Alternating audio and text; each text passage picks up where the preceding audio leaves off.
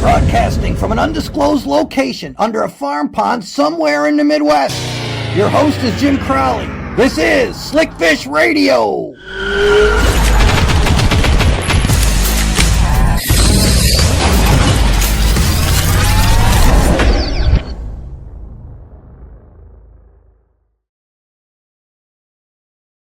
Well, hi there, everyone. Welcome back to another edition of Slickfish Radio. Glad for you to join us tonight. I see some of you clicking on already. And if you're new to the show, hey, as always, we want to know where you're from. Always like to see that. And thank you for taking some of your time to join us tonight. We're going to have a fun show tonight. If you're new to the show, and even if you're not, you know, one of the things that I like to do is having different people from the fishing industry on, not just full-time pros, but people who work in the industry that, in my opinion, kind of make the wheels turn, man. They make things happen in a positive way. And our guest tonight is Dave Kranz. Dave and I have known each other. I don't know. I got to ask him. I have no idea. We've known each other for a long time, okay? And so, but Dave owns his own tackle shop that's been around for a very, very long time, but he also does a lot of other things in the industry that some of you may know and some of you may not. So we're going to talk to Dave about that and get a little bit of behind the scenes, because there's some things he writes for different magazines. He's got a great podcast, which is WE Fish ASA podcast. Hey, Pat Bowden chimed on tonight. Pat, how are you doing? Glad that you are here. So don't be shy, folks. I see a lot of you chiming on there, so please feel free to chime in and say something. But we're really looking forward to talking to Dave tonight, because one thing I really like about him, he has me on his show from time to time, and we just talk fishing. Neither him and I script anything, and those of you who watch his show know that. We'll encourage you to watch WE Fish ASA podcast too, because it's very informative. Dave does a great job, has some awesome guests on there, and there's going to be some stuff on his show that you may not have heard either. So we're going to encourage you, and Dave's also a guide. So we're going to do all kinds of things and get into that, because there's a lot of stuff you should know about him. We're going to have fun doing that. But I want to thank first of all, I got to thank our audience, because as I always tell you, God bless you all. We would not have a show if it wasn't for all of you. No matter if you see us on Facebook, if you see us on Wired to Fish TV, Roku, Fire TV, Amazon Music, iTunes, and Spotify, I am grateful for all of you. So we also want to thank our friends over at Lure Parts Online, also at Fish 419, our friends over at Mudhole Precision Sonar and Casking. Ted Koski is on tonight. Ted, how are you? Good to see you, buddy. Uh-oh, holy cow, this guy came in. Vance Gordon, I did a St. Croix promo at Dave's shop during the grand opening. That was a while ago. Yeah, at least 2 or 3 weeks. And you like tater tots. We know. We know, Vance. We know. And you know what? And George John just kind of timed in tonight. Hey, I've got my ears tuned in. George, thanks for joining us tonight, man. Glad you're here. Well, you know what? I'm not going to just sit here and talk all by myself. Dave, how are you, man? I am doing good. I think we're off to a good start, especially when you got Vance Gordon. It's not a show unless Vance Gordon joins us somewhere. And if you know Vance, you know he really truly does like tater tots. So I'm glad that he is here. And how you been, my friend? I know you've been busy. Yeah, busy. The summer was busy at the store. Let's go back to the beginning a little bit. I was trying to think about how long you and I have known each other, and maybe you can refresh my memory. I've been doing the Quad City show this will be the 23rd year that I've been a speaker at the Quad City show, and I was thinking that's maybe where we met years ago. Can you correct me on that or agree? What do you think? We may have, or it possibly could have been even before that at Rosemont. Oh my goodness, I guess so. Yep, it could have been at Rosemont, one of the last few years that was going, because I had 60 feet there. And were you involved with Midwest Outdoors at that time? Yeah, Midwest Outdoors, probably St. Croix even, I'm sure. Yep. So, oh my goodness, yeah, that goes back quite a bit. How long have you had the tackle shop, and how did all that get started? I opened my first tackle store in 1981, and been in several locations in Crystal Lake on Route 31, and in four lots back from where I built my building in Crystal Lake. And I built the building in 88, opened there of March of 89. So I've been in that building for 36 years in March. when I go downstairs and come to work in the morning, I always say a prayer first. I'm like, God, just help me be creative today. How can I get out? How can I make somebody, or how can I help somebody to catch more fish so they can put a smile on their face? Because when you come right down to it, that's what we do. We're in the business of informing and entertaining, and that's what we do. And it's awesome. You made a statement a bit back there when you said your father brings his son in, or you get a family. I think one of the best compliments you can get as somebody who works in this business is when somebody brings a family member to you because of something that you've helped them with, whether it be buying something in your tackle shop, or listening to you on a show, or listening to a seminar, and you gave them something useful that helped make their day a little bit better. And they wanted somebody in their family to experience the same thing through you. That's not only a great feeling, that I think that shows trust. And I think that's, you and I have talked about this on your show before. I think that's what's so important in the industry, and why we've been able to build such great relationships, is some people don't see that, but it's that feeling of trust that you get with those people, and just enjoying what you do. You agree with that? Yeah, you got to be honest with people. You got to help them. I think it was Bobby Dennis from Headhunter Lures said, you can sell somebody a lure once, but That's right. you know it's good when you sell it to them the second time, because they're catching fish on it. You told them how to catch fish on it. You told them where to go. And we both know that not every lure works every day of the year, all year around. Some things work better at different times of the year, and you try to put people into the direction that they can go. And Charlie Evans tells me fishing is fun, catching is more fun. And we all agree with that. Yeah, that's for sure. And you and I were talking before we went live here about what my mentor in the industry, I've mentioned him on the show numerous times, but he was your sales rep back for St. Croix in the day. And Mike Thorson has just been a great friend of mine for all these years. And him and I were talking about it too. And I've always said that, learning about the industry and learning about rods and lengths and actions and everything really helped me, especially when I was growing up in the business, because you learn, you to what you were saying, I don't sell anybody anything. I want to fit them with what they need, because you can sell them something once, as you said, but if you fit them with what they need, there's that trust again. They come back and they know they can rely on you to help make them more knowledgeable in this sport that we all love. And I think that's gratifying for both of us, isn't it? It is. And for the listeners out there, if you walk into a store and you tell them, hey, I'm looking for a fishing rod, and they just hand you one, they didn't do you any favors. They should ask you about 5 questions: spinning or casting, what are you fishing for? Do you use live bait or artificials? Do you need to travel with this rod? Can it be a 1-piece, or does it need to be a 2-piece?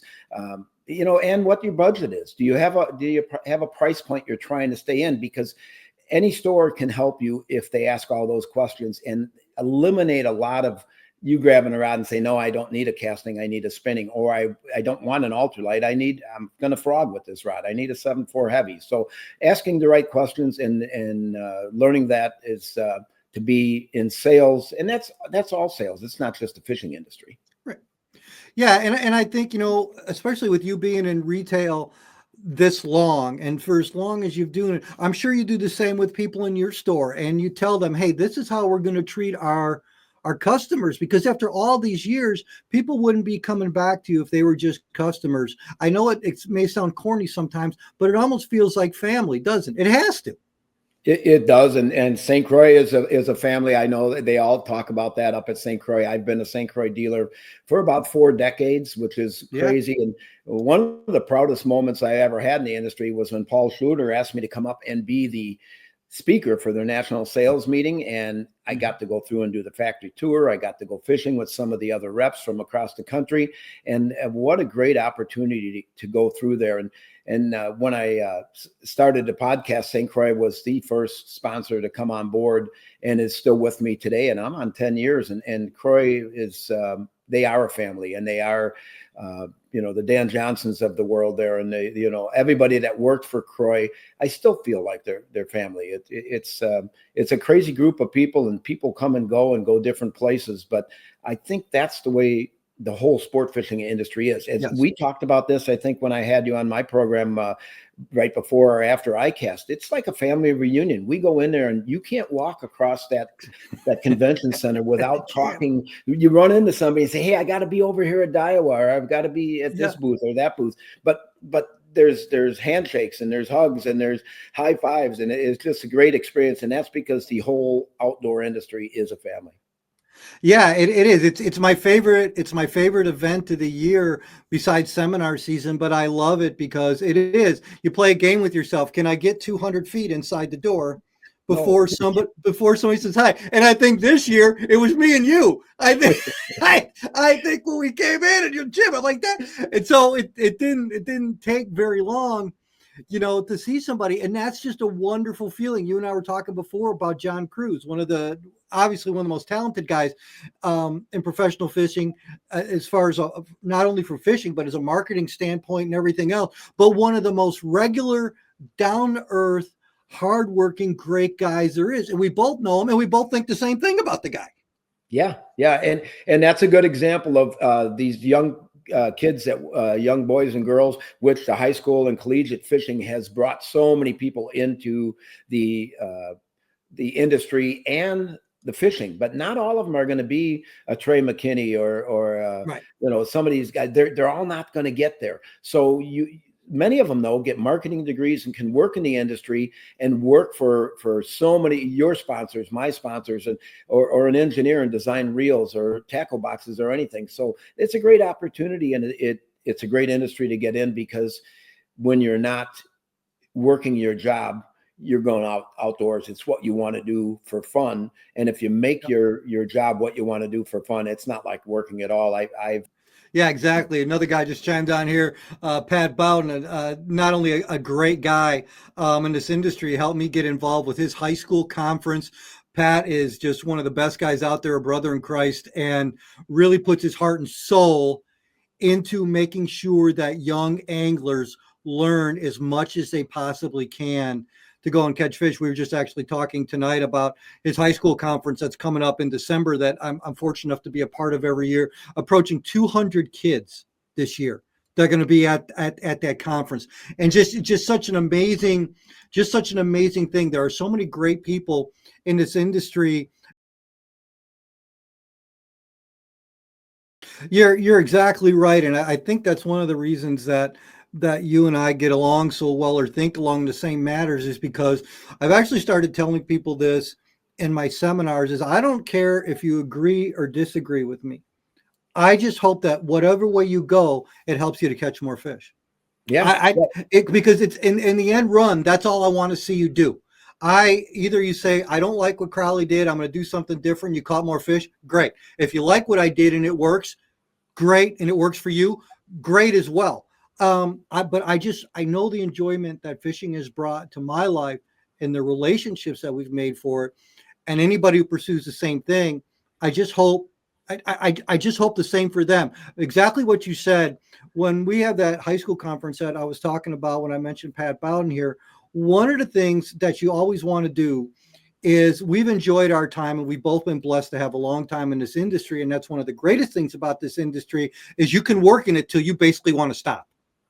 You can find something to do in this industry. If you look at Al Linder in his late 70s and more, and Bill Dance, and so you can find things in this industry to do if that's what you want to do. But I think our job is to pass on and light that fire, or help light that fire, to that younger generation, and hopefully maybe lay a pathway of integrity and respect and honesty that hopefully they can pick up and take farther than you or I ever have. And I bet you agree with that as well.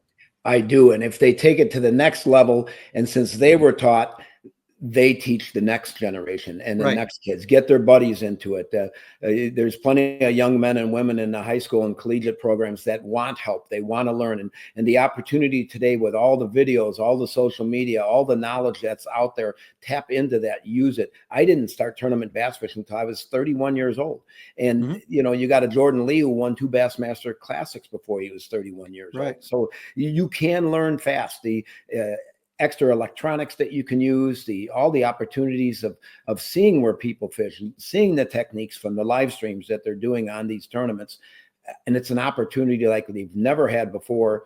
And I think they ought to use it. People complain about, oh, these young kids can't catch fish without forward facing. No, Well, they ought to use it, and they can catch fish without it.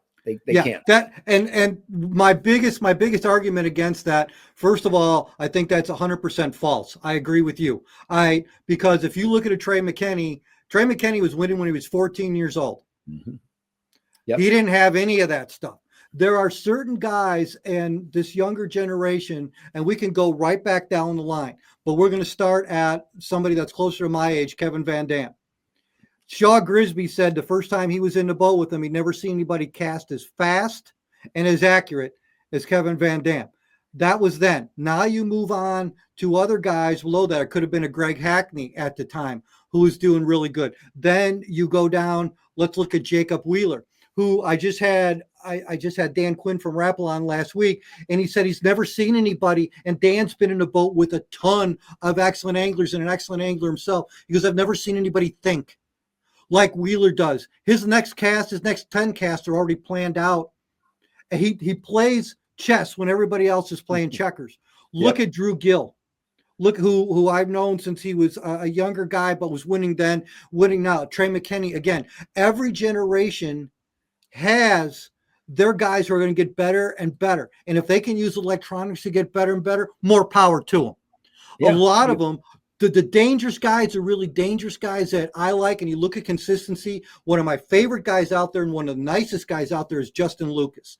You look at a guy who can take old school stuff, combine it with the newer technology, and be up there all the time, just about no matter where he goes and what he does. It depends on the angler. For the guys saying that they can't fish against that, I would challenge them to go out and try, because I would say that those younger guys would be on the winning side of that. Anybody who's smart enough, there are just anglers that think differently than we do. And I'm glad to see it coming up, because I think it's going to help to push the sport farther. What say you?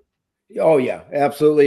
Use the technology, use what is available, use what they allow. Right. Nature will help you become a better fisherman. And if you can use the electronics with it, I choose not to. I do not have forward facing sonar on my boat. I want to see that mink running on the bank. I want to see that eagle come down and grab that shad on top of the water, or an osprey, when I'm on Lake Champlain or Thousand Islands or something like that. I enjoy seeing that type of thing. So it's a different experience for me.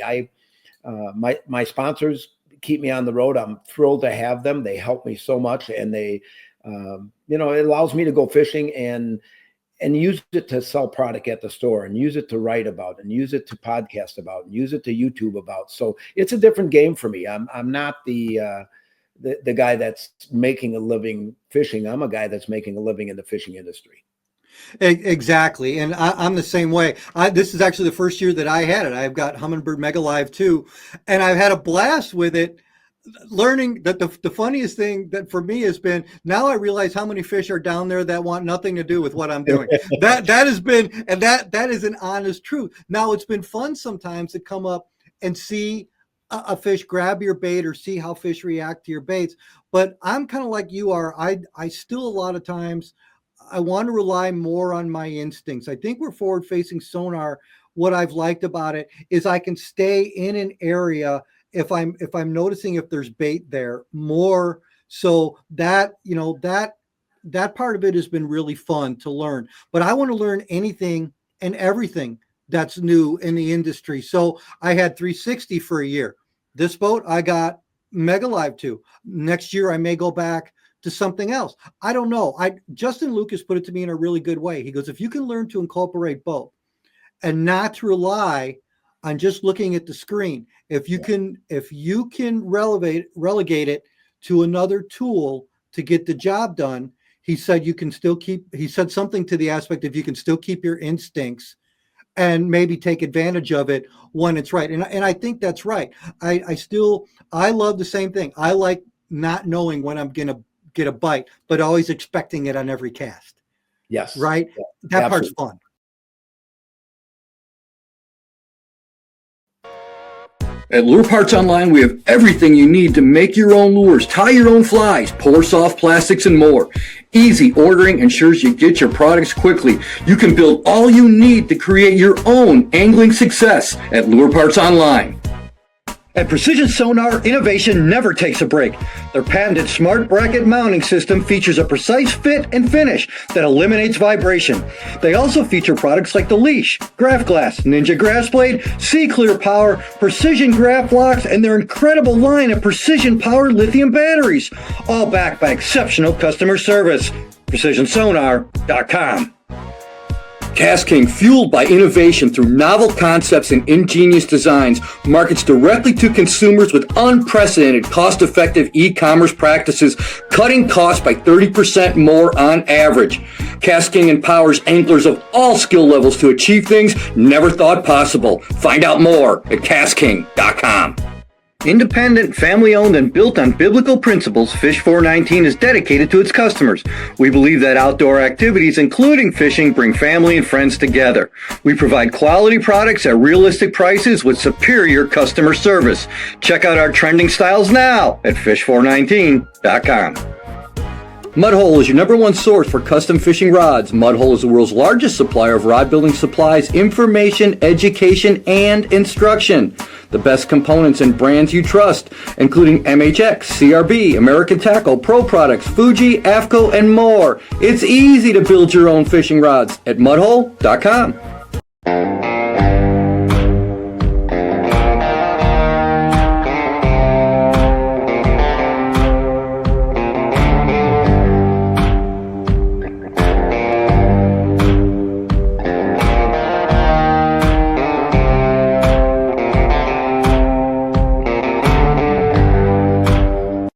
Hi, this is Jim Crowley. Make sure to catch my other show, Jim Crowley Outdoors, where we travel across North America pursuing anything that swims.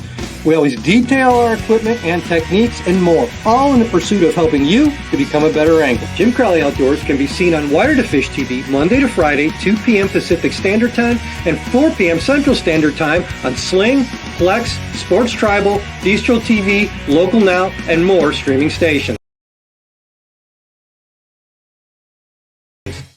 And we are back with Dave Kranz. Dave, thanks again for taking your time to join us tonight. Just a great show. More people chiming on. Thank you so much, everybody. Look at the, holy cow, all the comments in here. You guys are the best. Thank you all so very much for joining us tonight. Dave, I want to talk to you about a couple things. I want to talk to you a little bit about your guiding, and because you guide on what can be some tough lakes in Wisconsin, what I would say 2 of the clearest lakes in Wisconsin, and one of my favorite ones, but you guide on Geneva as well as Delavan, and you and I were talking a little bit before the show, but they're both awesome fisheries. And how's the fishing been out there this year? You know, it's been pretty good. After I get my tournament season going and the store gets busy, I try to do most of them. I can only do about 20 days a year. And so I normally don't advertise it a whole lot because I'm booked. I have repeat clients that I've had for the last 6, 7, 8, 9, 10 years, and they keep coming back. And I throw those dates out to them the 1st of April, and they take them or they don't. But I always have a stack of names and numbers. If somebody doesn't take a date, I start sending it out I text it. I have this date on Delavan or this date on Geneva, and normally they go. So I get the guide almost every day that I'd like to. And, 20 days a year with my schedule is pretty good. But May and June is when I do most of it. I do a little bit in the fall. I'll slip some in July. I'll slip some in August. But so I did not get out on either one of those lakes in August. So really, the last 5 weeks, I was either tournament fishing or most likely working the store. I turn the key 7 days a week when I'm in town and I'm not on the road or at an ICAST or something like that. But those lakes are great. And I think one of the keys, though, is the boat traffic. The boat traffic can be heavy on both of them. I never guide on the weekends. I don't have the opportunity. I'm in the retail store. I guide on Tuesdays and Wednesdays and sometimes Thursdays. And it's unbelievable how different those lakes are if you can go during the week. Yeah, the several times I've been on Delavan, and for those of you who don't know, it's got, well, Geneva's the same. It's got largemouth and smallmouth in it, and it's great. You can pull up to a boat dock and catch a largemouth on one side and a smallmouth on the other side. That's just how those lakes are. Do the same on a weed line. It's just incredible. But yeah, going definitely during the week is going to be better. At least it was for us, especially midsummer. And one of the things you and I were talking a little bit about the show was drop shotting. And I try to teach myself a new technique every year, or get better with the technique. In the last couple of years, I really haven't drop shotted a whole lot. And this year I said, well, I'm gonna try to get better at drop shotting. Well, as hot as the water got this year, no matter where we went, if you didn't have a drop shot, you weren't getting bit. 85% of the time, you needed that. And I know when you're on Geneva and Delavan, a drop shot is a great it's a must have. You just have to have it out there. It's just one of the best ways to catch fish in clear water, in my opinion. And what are some of the baits, not giving away your secrets or anything, but what are some of the baits that you like to drop shot? Oh, well, I sell them every day in the store. I sell a lot of chompers. I sell a lot of robo worm. Missile Baits has a deal with robo worm. They have some special colors they use. But chompers and missile and robo, some striking KVD drop shot baits, those all work. Green pumpkin, watermelon, anything with green pumpkin, any color flake, red, black, copper, they all work. Lake Geneva seems to have a few guys that do real well on that morning dawn color. So it's no secret. You still have to go out and catch them, and you still have to, rig the bait and be in the right water. There's so many fish in these lakes. It's pretty amazing. But drop shotting is one of the way to do it, and as my clients would know,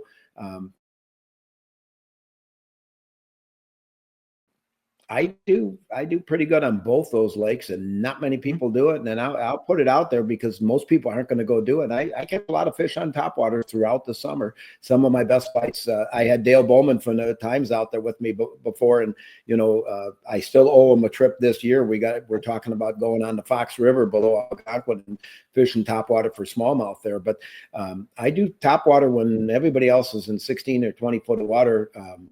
Drop shotting, I'm doing a lot of topwater, and I have it kind of to myself, and just I do it, and I know people won't believe it, and they won't do it, but it does work. And then same thing with fishing the weeds on the deep edges, but not deep, 8 to 12, 10 feet where they get in thick, both smallmouth and largemouth, and you can Senko those fish, you can Ned rig those fish, you can flick shake them, you can do a lot of different things and catch them. But I try to get away from the crowds when I guide, and I try to open the eyes of my clients. Many of them have their own boats, can go back and try to do what we did.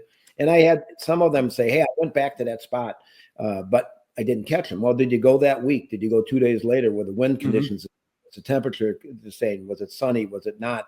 And they said, no, I went 3 months later. Well, they're not there. They're gone. So you got to think about it, and you got to know where they're going to move to. But yeah, drop shotting is probably, as you said, if it's one of the easiest ways to catch them, but you are going to have competition out there because everybody's doing it. And I think that's my tournament mindset when I go and do something. Maybe I don't want to do what everybody's doing. Maybe I want to do something just a little bit different. But by all means, drop shot. Chompers is probably the number one bait that I sell. And then the rest are kind of tied, robo worm and the Strike King baits and the missile baits. All of those are probably in there also. Yeah, and what I was drop shotting this year, just a lure we have at Lure Parts Online called a Big D, and it was more like a Great Lakes smallmouth bait, right? It's just like a paddle tail bait, but man, on a drop shot, it's been awesome. But this year, the water temperatures in a couple of lakes that I was fishing got as high as 88-degree surface temperature. It was almost like a power plant lake, right? So it was really, really warm, and I go, this is a perfect time if I'm going to try it now. I started throwing those dice baits. I make my own, but I started throwing dice baits, and I'm like, I'm just going to try. Dave, this is the honest to God truth. And everybody listening tonight, my second cast, and I was just floored. I mean, because I remember back when the wacky worm, when I was still tournament fishing back in the day, and when the wacky worm came out, and I did well in a wacky worm, but a wacky worm came out, I said, that was the stupidest looking piece of plastic I've ever seen. Yeah. When the Ned rig came out, I said, That is the stupidest looking piece of plastic that I've ever seen. I can't tell you how many shows a Ned Rig's been a part of, and just part of success. So when this dice came out, I was telling myself, Crowley, you're going to say the same thing again. This is the dumbest looking piece of plastic you've ever seen. And right now, it still ranks as the dumbest looking piece of plastic I've ever seen. And this summer, I can honestly say I've caught fish 5 pounds on that dice bait. And whether they think it's a bug, you get, and I'm sure you've been asked this question, well, what do you think the fish is? I'll give an example. One of my favorite baits to talk about all the time for smallmouth is an X-Wrap. And I always tell people, in really, really cold water, a lot of smallmouth will grab that tail. That's all they grab. They just grab that little feathered tail. And so I've been asked that question 100 times, maybe more. Why do they grab that tail? I'll be honest with you. I have no idea. I don't know. I don't have a clue. And after 20 years of throwing a jerkbait, I don't care. I just know that on certain conditions, and you have the water clarity for it, it works. So when people ask me, why do you think a dice bait works? I'm going to tell you, I don't know. But does it work? God, yes, it works. And it should. And when I found it was really good is when I kept dropping down to smaller and smaller baits. And finally they would hit that small one when things were really tough. And I noticed it on lunar calendar days when it was the worst fishing day is when I had some of the best bites on a dice bait. So I think sometimes and I bet as a retailer, I can't guarantee, but I bet you'd agree with me on this. Sometimes we don't know why. We just know that they do. And to me, that's all that in the long run really matters, right? Yeah. When you have people coming in asking for a bait, or you go to ICAST and all the media hypes something up, they're going to ask for it. Some things, like you said the same thing when we talked after ICAST. Not everything's available. This is 2026 product. Some of it's out there, but it'll be coming, and people will use it. And I think a lot of the new baits, if you look at some of the new designs and what's coming out, they're fished slowly. And I think since you fish them slowly, they're in the strike zone longer, and that's why they work, because you're catching more fish, because you're not ripping this thing. The glide baits, the big glide baits, you're twitching them and you're letting them glide and you're working them slow. These things are staying in the strike zone longer, so the fish have an opportunity to get it. And maybe if it's going fast, they look at it and think, maybe I was going to go after that. But if it just stays there and it's falling slowly, and they're kind of like, oh, okay, maybe I'll grab the tail of that X-Wrap. And I think that the slower you work it, sometimes it is a speed thing, but it's not going faster, it's going slower. Yeah. And you know what? I think I learned this years ago from James Linder, and years and years ago, and I've applied it ever since then. That color is one of the, he didn't put it this way, but basically what color doesn't matter to me before depth and retrieve speed. Depth and retrieve speed are going to be the first two things I'm going to look at before I consider color. Is there something else or something that I need to do? Do I need to change my depth? Do I need to change the speed of the lure, faster or slower? And then now I've seen times when, it's 100% color. There's absolutely no doubt. Two guys standing side by side in a boat, throwing the same baits at a different color. I've seen that. Okay. Yep. A lot of times I am going to check out, and my buddy Troy Linder always says the same thing. All else fails, downsize. And that has worked. Of all the simplest solutions that there possibly could be, when it's gotten really, really tough, downsize, and you've gotten bit. And so sometimes I think, and we still do this, and I bet, even after all these years, we still do, you and I still do it from time. Sometimes we overthink it too much. And some getting back to basics, sometimes it's just the best thing, isn't it? I think so. And the early spring when the water's cold, and summer on a cold front condition, a high pressure day, maybe not cold front, but high pressure, the downsizing works. Now, the only time I don't do that is coming up here in the fall, September, October, early November. It's not a color change. It's a size change for me. Sure. And I go bigger, more. There's not many small baits anymore once you get to the late fall. And I think that's the only time but you are correct. Especially early spring, you're throwing that jerk bait, and you're pausing and you're leaving it soak for a long time, and you're still not getting hit. You go to the smaller size and they eat it, and most of the time it's not a bite. It's the line gets heavy, and they've sucked it in, and they're just sitting there. They're not even running away with it. They just grabbed it. They inhaled it. Smallmouth, largemouth. But there's I think we do overthink it, and there is kind of a rule of thumb to follow for different times of year. And I think I learned that when I was throwing some big baits thrown for pike, and you catch the biggest bass you caught all day or all week or all month.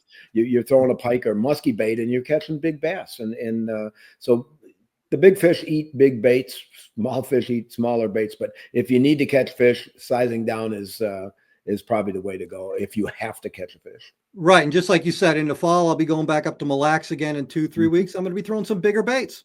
Yeah. I'm going to be throwing some DT10s, DT12s. I'm going to be, throwing a 4 or 5 inch bait on a drop shot. I'm going to be throwing some bigger things because those bigger smallmouth are going to eat it.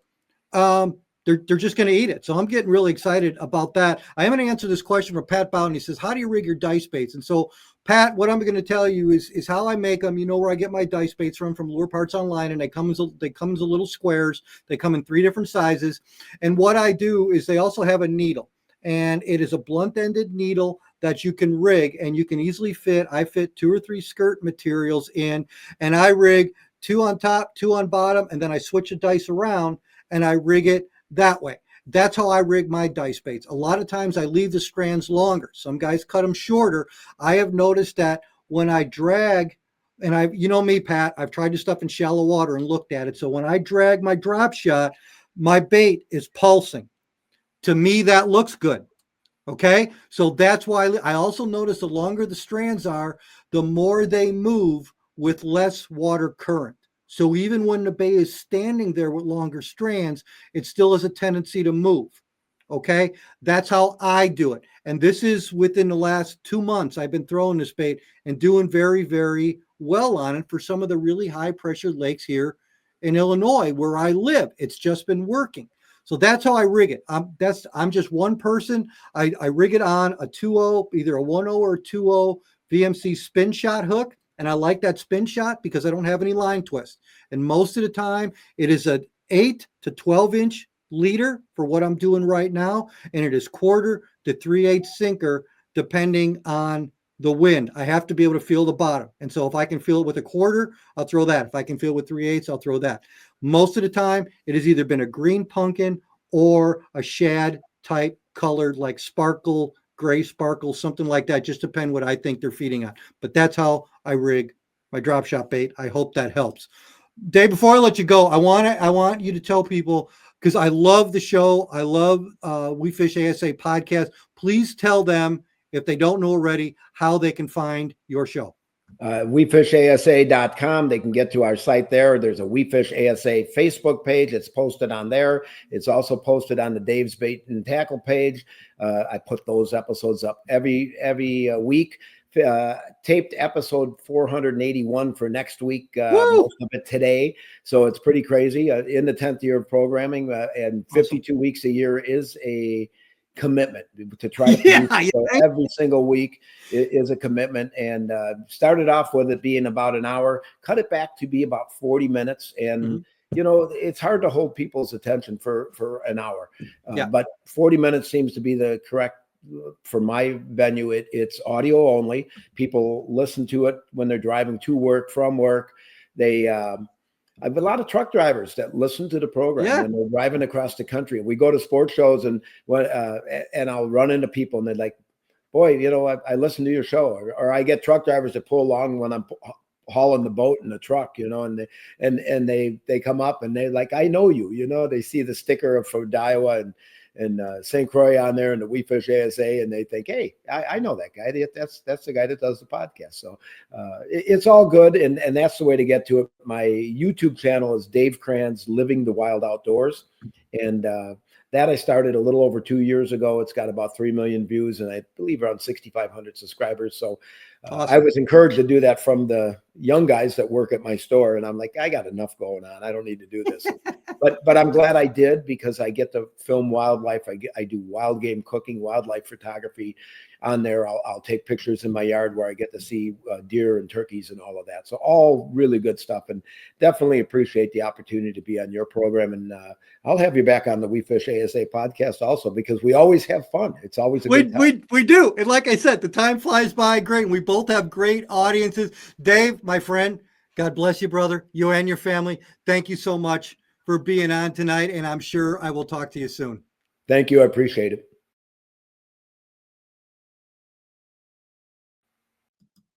Yeah, Dave and I have known each other a long time. Thank you, all of you tonight. Look at y'all chiming in here. You guys are something else tonight. I really appreciate that, and it's fun for the guest and great as well. I love you. I love you. You guys are absolutely the best, and I sure appreciate you being on. Here's a 10% off code that you can use. Just anytime, just go to checkout, whatever you decide to go Lure Parts Online. Remember, we have everything. Doesn't matter if you fish for walleyes, crappies, northern pike, salmon, muskies, whatever. If you want to build it, we have it. We've got over 40,000 SKUs of products in stock. On top of that, we have our Bass Academy lineup. Those are some of the baits that I helped design. So check out the Bass Academy lineup. You'll see videos with a lot of our products on there, so you know what they're going to look like underwater.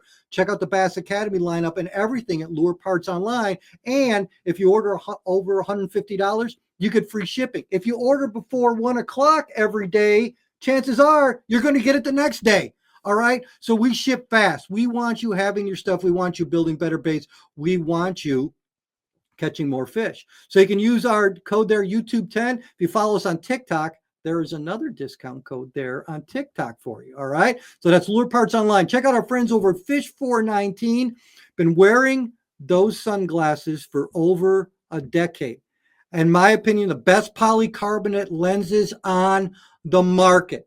Okay, so including the Jim Crowley Signature Series. You've heard me talk about these before. Those are the brownish amber lenses that if you have a problem with glare, these are going to reduce that glare on sunny and cloudy days. So look for the Slickfish models at Fish 419. We also have clip-ons for those of you who have prescription glasses. Check them out. They have a lot of women's styles as well, tons of different styles to choose from. And if you put in that code, thanks JC, you get 15% off.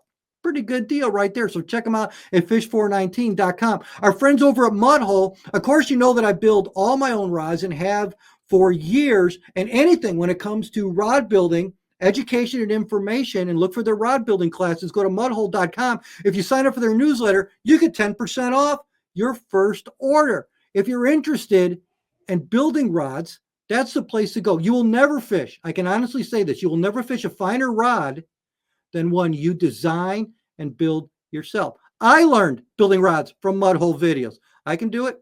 I guarantee you can too. Go to mudhole.com and check them out. Our friends over at Precision Sonar.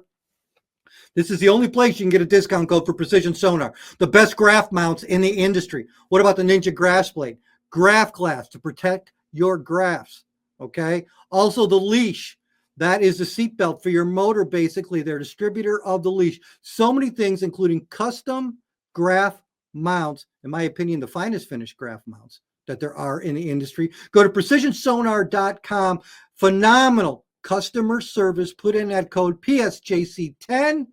You will get 10% off. The only place you can get that code is right here because of you, this great audience here. This is where you get it. Our friends over at Casking always have something new. There's new rods and reels, new tackle, everything always coming out from Casking. If you want something from them and you want 10% off, put in that code right there, JCKKAF10, and you get 10% off anything and everything on the Casking website. So there you go. That is everything you have. Such a great guest. So Dave, thanks again for being on tonight. And thank you for all of you. New episodes coming soon. Check out for a couple new episodes also coming to Jim Crowley Outdoors on Wire to Fish TV. We're also going to have a big announcement coming up soon. There's a bunch of stuff in the works. It's all good. God is good. I'm very grateful for all of you. As I tell you, wouldn't have a show if it wasn't for all of you. Until next time, God bless. All the best.